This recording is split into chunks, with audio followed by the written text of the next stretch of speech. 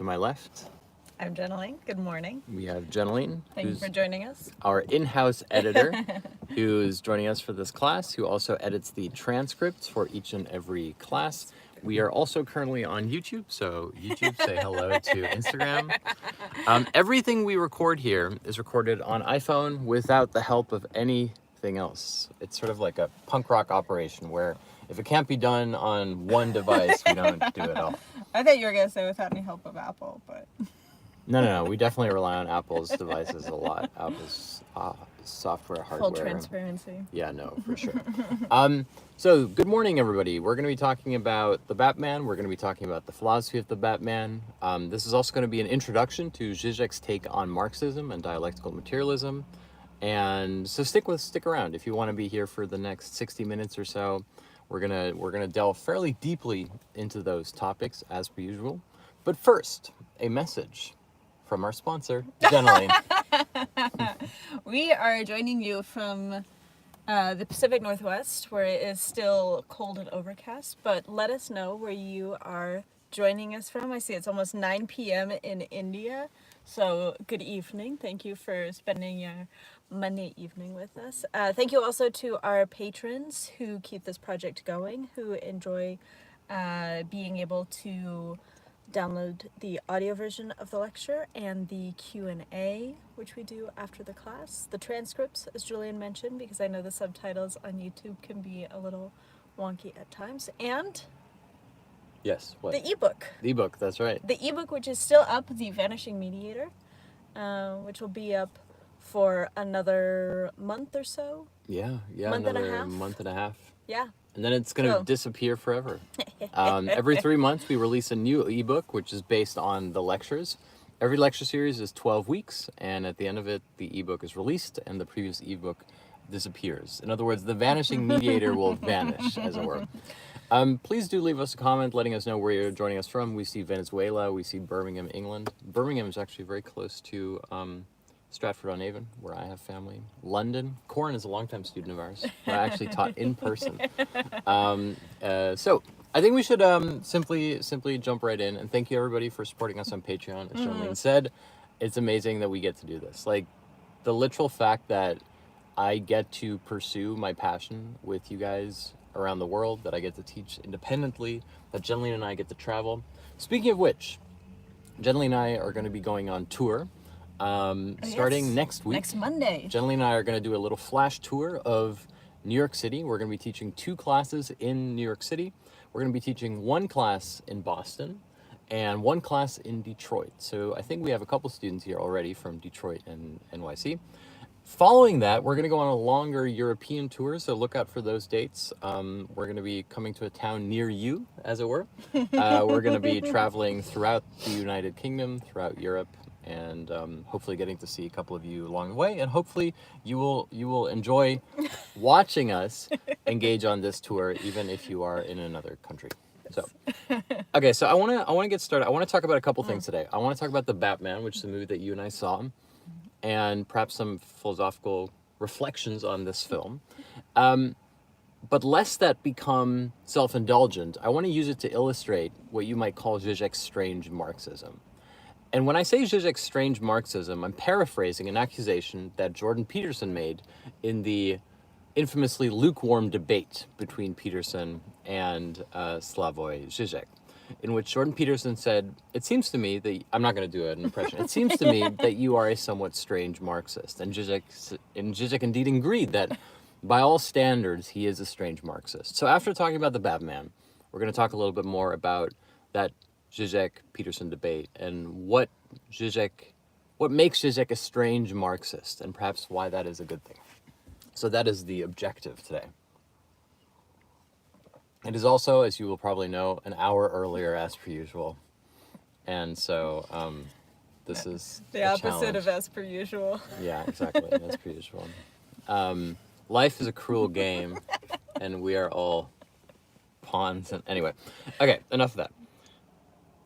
So last week we saw the Batman.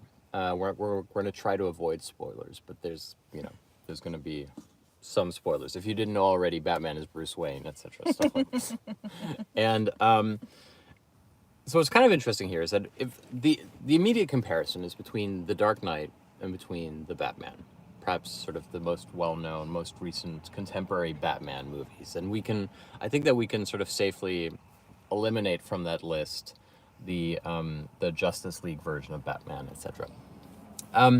And what's really interesting, so here's Slavoj Žižek's reading and analysis of The Dark Knight, which may interest you. Slavoj Žižek says that The Dark Knight is an inherently pessimistic movie. Now, why is it a pessimistic movie? Think about the way The Dark Knight ends. By the end of The Dark Knight, we have a situation in which the Batman has gone from being a beacon of hope, a beacon of heroism, a vigilante, towards assuming the role of being the bad guy. In other words, at the end of The Dark Knight, the closing shot of The Dark Knight isn't the white knight that we see in the Western cowboy movie, sort of on his horse going out into the sunset. Instead, we have quite deliberately the shot of the Dark Knight fleeing the city while all of the cops pursue him. Mm-hmm. And it's a very deliberate staging and inversion of a classic narrative structure that Christopher Nolan has, where instead of the hero who comes from outside the town to save the town and then walks off into the sunset, we have the hero who is within the seedy underbelly of the town and then has to exit the town himself, now persecuted. And Žižek says that this is a very pessimistic take because ultimately Batman realizes that the best thing he can do for the city is to uphold the idea of justice and morale by himself assuming the role of villain and allowing Harvey Dent to be installed as the martyr for Gotham. And so the villain of the movie, Harvey Dent, or one of the villains, becomes instated as the mythic hero of Gotham, the figure that upholds the ideals and the narrative and the utopian element of what Gotham believes it could be. And Batman assumes the role of the pariah, of the outsider, of everything that is wrong within the system. Now, of course, you could say that this, and this is presumably Christopher Nolan's argument, that this is a true act of heroism. Perhaps that this is the only true act of heroism, an act by which you sacrifice your own heroism on behalf of the higher ideal. Mm-hmm. Now, you could say, in a sense, to make this a feminist argument, this is what women do, many women do every day, is that they sacrifice their own narrative heroic structure in order to facilitate the idea of an empty husk, usually the accomplishments of their husband, right? I don't want to simplify here, but there's many ways in which the sacrifice that Christopher Nolan's Batman makes at the end of the movie is both an authentic form of heroism, by which you sacrifice being the hero on behalf of the idea of the heroic, and at the same time it's a very pessimistic idea, because rather than reforming or restructuring Gotham, Batman decides that he wants to uphold the illusion of a beautiful Gotham, even if underneath the surface everything is broken. And so you could say, and of course I'm not the first to say this, that in a sense, the Joker is a kind of Electra figure here. The Joker is the figure of truth. The Joker is the Cassandra, sorry, not Electra, although Electra would work too. The Joker is a Cassandra figure here. In a sense, the Joker is right. The Joker wins at the end of the movie. And it almost appears like Batman begrudgingly accepts this fact. Now, pivot towards the Batman, Matt Reeves' The Batman. Before I say anything else, I want to say that I'm actually very partial to the director, Matt Reeves. I think his work on the second and third installments of the Planet of the Apes movies is very interesting and plays with a lot of revolutionary themes. It's essentially Les Mis with monkeys, a lot of it, at least a lot of the third one. And if you want to have a movie that is about the idea of class struggle and class consciousness, Planet of the Apes is the way to go. Which is a very interesting thing to do because the original Planet of the Apes movie was very much detached from this kind of narrative. Remember, the original Planet of the Apes movie was more envisioned as a kind of like Cold War, post-apocalyptic, end of society narrative. Exactly, last man narrative, thank you very much. And Matt Reeves does something very different with it. So I highly recommend those movies. And I have a somewhat embarrassing admission to make, which is that when Jenlene took me to one of the Planet of the Apes movies, I so enjoyed it that I was in a very pitiful state afterwards. I was overcome by emotion. I thought it was such a great movie. I thought it was so interesting that Jenlene and I went for dinner after seeing the movie, and Jenlene said, "So what did you think of the movie?" And I spontaneously and without any exaggeration, simply burst out into tears. I was just overwhelmed because I thought it was such a brilliant take. I'm not sure it would hold up to that lofty experience that I had, but It caught you at the right moment Yeah. to reflect so many things that you were thinking about. And that's what art can do, is when you're open to ideas, something could strike you. And we all know what it's like to be hit by something that seems to resonate beyond what it merits. I've always been a very emotional person in general, so it's not surprising for me to go out for dinner and find myself either enraged or in tears. The Or Planet of the Apes was definitely. But Planet of the Apes was definitely like an unusually pathological response. I think it's very important that we allow ourselves to feel things. I think this is being stunted towards the world is ultimately a poor way of embracing the idea of life. Okay, so in the Batman, we have what is essentially the exact opposite narrative structure and narrative development of The Dark Knight.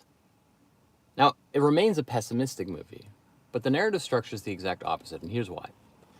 In the Batman, or let's say in The Dark Knight, the movie ends, like I said, with the Batman becoming the villain, assuming the identity of the villain in order to uphold the illusion of Gotham's lofty white knight, Harvey Dent. In the Batman, we see the inner emotional development narrative journey of Batman, by which he goes from being an agent of vengeance, an agent of retribution, towards being a figure of hope. Instead of being somebody who simply fights crime, he is now somebody who helps people, somebody who saves them, who rescues them. And so we see essentially a narrative arc by which Batman becomes sort of the violent figure of retribution towards becoming a signal and a beacon of hope for Gotham City. Now, narratively, this is not as interesting as what Christopher Nolan is doing. It's not inverting our expectations. The funny thing is that this movie doesn't have the origin story of Batman as a young boy, but it is in a sense the origin story of Batman. It's the idea of Batman finding himself not as a figure of vengeance, but as a figure of hope. Well, and that's why the movie in the beginning has to really establish so much that Batman is feared and despised by everyone. There is no sense in which he is a hero. Mm-hmm. Right? There's no sense in which he's relied upon. Yeah. In any other than by one police officer who's sort of ostracized because of his closeness. But there's a couple things that we should push back on here. First of all, is the ideology really all that different? It remains a pessimistic movie. Has Batman simply found a different way to instill his motives with a kind of master narrative, right? But secondly, I want to talk about the fact that Slavoj Žižek has this idea, which I've referenced before, and it's called the hermeneutic temptation. And Slavoj Žižek writes that the hermeneutic temptation is when we look at bad things in the world, outbursts of violence, catastrophes, protests. I mean, protests can be good, but violent responses to protests. And we confuse those outbursts with the real thing. In other words, we think that the outbursts are simply something that can be eradicated, something that is an excess, something that is an exception to the rule, rather than an exception that makes the rule. And what Slavoj Žižek says is that the danger about the hermeneutic temptation is that we think that as long as we get rid of the excessive features, for example, as long as we get rid of the more explosive instances of violence or murder, or you could say even conflict, that we will have eradicated the sources of that conflict. In other words, from a sort of traditional Marxist perspective, because what Žižek is making here is a Marxist argument, instead of looking at the symptomatic features, we should look at the structural features, the underlying causes rather than the symptoms. Now, without realizing it, or perhaps you have realized it, I've already introduced one thing that makes Žižek's Marxism strange. I've introduced the idea of structural violence, which is Marxist. It's about the relationship between the universal and the particular. And I've also introduced the idea of a symptom, which is a psychoanalytic term. And here we have already a precursor to what makes Slavoj Žižek's Marxism strange. His Marxism is a combination of Lacanian Freudian psychoanalysis and Marxism. The Marxist idea is that for every outburst of violence, we have a symptomatic not asymptomatic. We have a structural core. In other words, that there's an underlying root cause. And unless we address that root cause, we can't eliminate the excessive outcome. But of course, for Marx, the excessive outcome is necessary. In other words, the particular subset, the outburst, if you will, the revolution, is itself an expression of the internal limit of the false consciousness within the false universal itself. That's the traditional Marxist narrative. For Žižek, it's a little bit different. Žižek sees it not as the so-called part of no part. Žižek sees the particular as symptomatic. In other words, as something that is an excessive outburst based on a repressed knowledge of the structural condition. Now, to go back to Batman, because I know that this is getting abstract. In the Batman, we have Robert Pattinson succumbing to the hermeneutic temptation, which is that he looks at Gotham and he thinks, as long as I fight crime, I'm doing something to make the city a better place. I'm cleaning up the city. Now villains fear me. And what's so great, I think this is actually one of the most interesting scenes of the movie, is the entire opening montage, in which we have already an inkling that something is not right, that there's an Unbehagen in der Kultur, as Freud said. Why? Because when the beacon of the Batman goes up into the sky, it's unclear who the beacon is for. And yet, in a Lacanian sense, the Lacanians here will immediately know what I'm going to say, the letter arrives at its destination nonetheless. In other words, even if the beacon is not intended for you, everybody, all the villains, act as if the beacon is intended for them.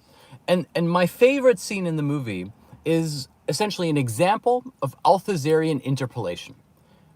Louis Althusser, the post-Marxist, had this idea that ideology functioned as follows. That when you're in a crowd and somebody yells, "Hey you," you think you're the one who's being called.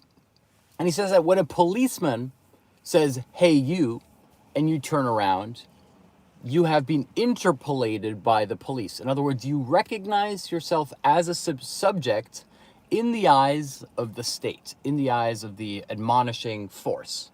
Of course, you could say that there's a parallel to this in the famous image of Uncle Sam saying, "I need you to sign up for the army, to enlist, etc." The interpolation is saying, I, the state, the image of power and authority, I see you, and you experience yourself as subject in my all-seeing gaze.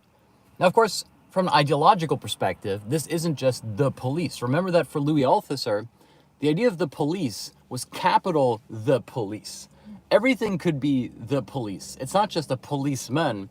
It's specifically the gaze that watches you, that insinuates and frames you in society. And of course, in today's society, we have become the police. Not only do we police each other on the internet when it comes to speech and ideas and expressions and our insensitivities, historical or otherwise, it's also that we ourselves police the way in which we present our image to others. And we find ourselves caught in a spiral, in a loop of our own interpolation, which of course happens under the auspices and under the umbrella of tech corporations that are saying, "Hey, you don't exist unless you present and represent and manufacture the reality of your own life for the gaze of others." And that's what Louis Althusser calls ideology. It's the way in which we become trapped in the interpolation of our own selves through perceived authority. Now, in the Batman, we have a perfect scene of Althusserian interpolation. Because when the bat signal goes into the sky, we see a petty crime taking place, a teardrop masked man who is holding up a 7-Eleven, like a convenience store. And he runs outside and he looks up and he sees the bat signal, and it's a beautifully pathetic scene because he thinks, "Oh no, the bat signal is for me. Batman is coming for me." And then he realizes he's not sure if Batman is coming for him. And it turns out, of course, Batman isn't coming for him because he's not worthy of the Batman. The Batman is fighting villains, not little holdups at a convenience store. And there's this beautiful montage of all of the various villainous activities happening in the city, which importantly are ambiguously framed. They're not all within the ethical framework of harassment and murder and robbery. We also see someone who's tagging a I don't know what it is, the court or like City Hall with graffiti, right? Something that is part perhaps of a civic resistance. You could call it vandalism light, not necessarily in the same realm as the hate crime that we see taking place. Now, this is where the Batman is already politically correct, very modern, because what is the crime that Batman has selected to fight? It's not the robbery, it's not the vandalism, it's the hate crime. We see a group of not masked, but like face-painted youth, reminiscent of the gangs in The Warriors, which is a great film from the 1980s, who are enjoying and reveling in violence for violence's sake. In other words, they're attacking a young Asian, not a young Asian man, an old Asian man. We have essentially what appears to be a hate crime. It's not entirely... But it's more than a hate crime, and this is so Yeah. perfectly done visually. It's an indoctrination into a hate crime. There's this sort of reluctant participant whose face is halfway painted as though he's becoming a member of this gang. Yes. But what is you finish your thought. What is the initiation? Violence. Yes. Right? Exactly. Yeah. That this is actually something that I don't like about that scene at all. But it makes sense, right? Yes, if there's an initiation, right? But what's important here is that the reason they're committing the violence, not to say what you're saying isn't important. Sorry if that sounded that way. What's important here is that this is senseless violence. There is no meaning to the violence other than the violence itself. In fact, they haven't targeted this man for any specific reason in the way that Batman is targeting them. It's simply an excessive symptomatic outburst of violence. And this goes back again to what Žižek talks about with the hermeneutic temptation. Remember, the idea of the hermeneutic temptation for Žižek comes from the fact that in 2011, when commentators were trying to react to the protests happening in London at the time, there was this elaborate media narrative trying to say, what do the protests mean? Why is there looting taking place? Why are young men vandalizing the businesses and properties of their own communities? And there was sort of this slightly helpless, hysterical media panels that were being put together with voices from the left, the right, and the center, trying to explain the violence. And at the time, Žižek said, what's really important about the violence taking place on the streets of London right now, similar to the streets of Gotham at that moment, right? That's the same kind of fascination, is precisely that the violence means nothing. That the signal being sent is that there is no signal. In other words, that the very message of this violence is that it refuses to be incorporated within the traditional narrative interpretive structure by which the violence is committed for a cause. And here we have the beautiful, quite literal clash between Batman's assumed ideological stance on his own necessary violence, supposedly, which is that it stands for something, and the much more honest, anarchic, not as meaningful violence being committed by these thugs on behalf of violence itself. And of course, this is immediately the most important scene in the Batman, because what Batman stands for is order. It's not the absence of violence, but it is violence committed for the right reasons by the right people. And so he's not saying, I'm doing good. He's simply saying we cannot have excessive symptomatic violence that cannot be incorporated within the narrative structure of Gotham itself. In other words, violence that exists simply for the sake of violence itself. And this is Batman's position in the beginning of the movie, that his violence serves the idea of vengeance. Now, there's something much more ideologically suspicious about that than there is in the quote-unquote honest, excessive, brutal violence of these thugs, which is that they're committing violence for the sake of violence, for the kind of perverse enjoyment that they experience of it. They could even argue that violence is a part of their local culture because they're initiating this young man into their tribal ritual of authentic Gotham being. Whereas for Batman, it's about identifying the kind of violence that fits and is accepted within the system. In other words, structural, hidden, invisible violence, and getting rid of the symptomatic outbursts of